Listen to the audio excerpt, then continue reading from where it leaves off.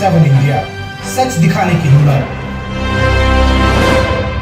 नमस्कार, news 24/7 India में आपका स्वागत है। मैं हूं आपके साथ निधि पाल।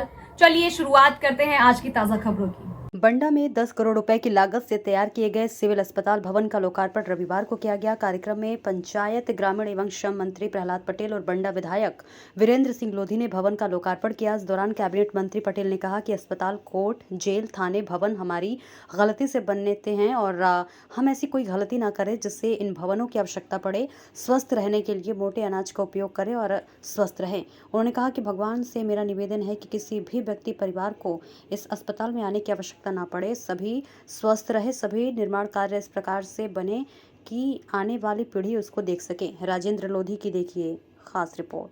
अब आपके ग्वालियर शहर में दंत चिकित्सा विज्ञान पद्धति से दांतों का सफल इलाज, वो भी बिना दर्द दांतों का सफल इलाज। समस्याएं, दांतों में झंझनाहट जैसी समस्या, गर्म ठंडा पानी लगना, पायरिया, मसूड़े, दांतों में खोखलापन, नकली दांत लगाना, दांतों की नस का इलाज, टेढ़े मेढ़े दांत ठीक करना, बिना दर्द के दांत निकालना, दांतों में मसाला भरना, कैप लगाना आदि समस्याओं की अभी जल्द पता नोट करें। आशीर्वाद दंत चिकित्सालय, रिम्स हॉस्पिटल के पास, बीच रोड, गोले का मंदिर, ग्वालियर। मोबाइल नंबर है 7017912535।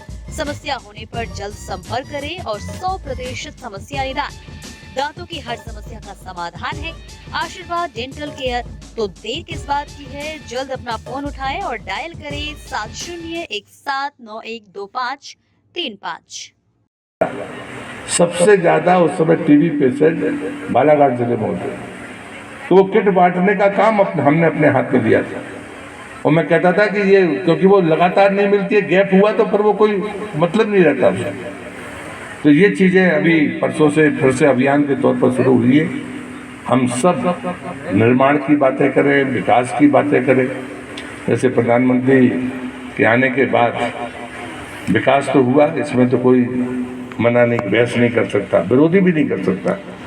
प्रगति हुई है और उसकी जो गति है वो देश की आज़ादी के बाद सबसे ज़्यादा है। लेकिन इससे ज़्यादा महत्वपूर्ण ये है कि विकास हुआ है, लेकिन विरासत भी हमारे साथ है, जिसकी अनदेखी सब पहले सरकारें करती थी। अगर राम जन्मभूमि का मंदिर बनना चाहिए तो वो बन के तैयार हो गया। हम भाग्यशाली लोग हैं, इसको हम देखते हैं। और इसलिए सब कुछ शरीर के सुख के लिए होता है, मैं मानता नहीं।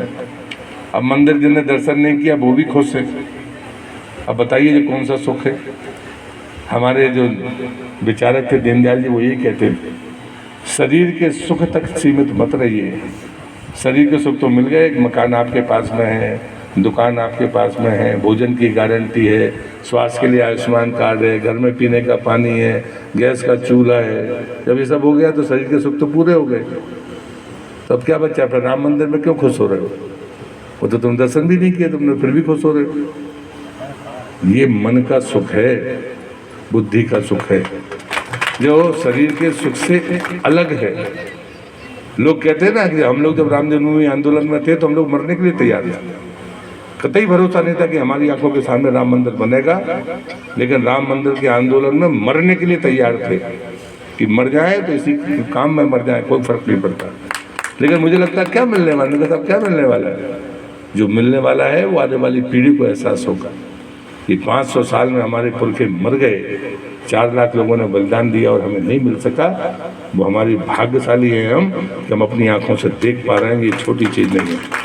और इसे खाली शरीर को जो चाहिए उतने के लिए दिन रात रोते रहना या करते रहना, मानता हूँ कि इससे ऊपर भी चीज़ें हैं, उनके बारे में भी सोचिए। आपके यहाँ भी सड़क बन जाएगी, अस्पताल बन जाएगी, पीने का पानी हो जाएगा, तो क्या तुम्हारी नेतागिरी खत्म हो जाएगी? उसके बाद भी नेतागिरी बचेगी, जिम्मेदारियां बचेगी। हमें आने वाले समय में और भी बेहतर, हमसे बेहतर जिंदगी हमारे बच्चों को देनी है।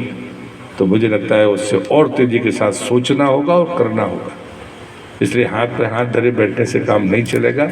पीढ़ी भी बदलेगी। आज हम थे, कल कोई और आएगा। ये बात मैं कहता था, तो आज मैं गया तो कोई दूसरा आ रहा है। तो ये तो होगा, इसमें कोई इसको खुद गर्व के साथ खुशी के साथ कहिए भाई अब पहले मैं 10 साल आपका सांसद था, अब राहुल जी रहेंगे, तो मुझे लगता है उसमें क्या दिक्कत है। तो ये चीज़ें हैं जो इन बदलावों को प्रसन्नतापूर्वक, ये सब कुछ पुरुषार्थ से नहीं होता है, भाग्य और पुरुषार्थ साथ साथ चले। और इसलिए मैं अभी इंदौर गया था तो बच्चों से बात करना आजकल मैंने शुरू किया है, तो लगभग 10-12 कॉलेज के बच्चे बच्चियाँ थे। मैंने उनसे सिर्फ अपनी कहानी सुनाई, कोई भाषण नहीं दिया।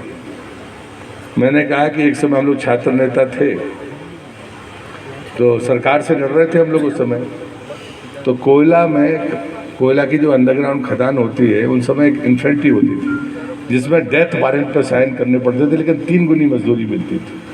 तो हम 5 नौजवान गए थे, सब पढ़े लिखे थे, कि 6 महीने जाएंगे डेथ वारंट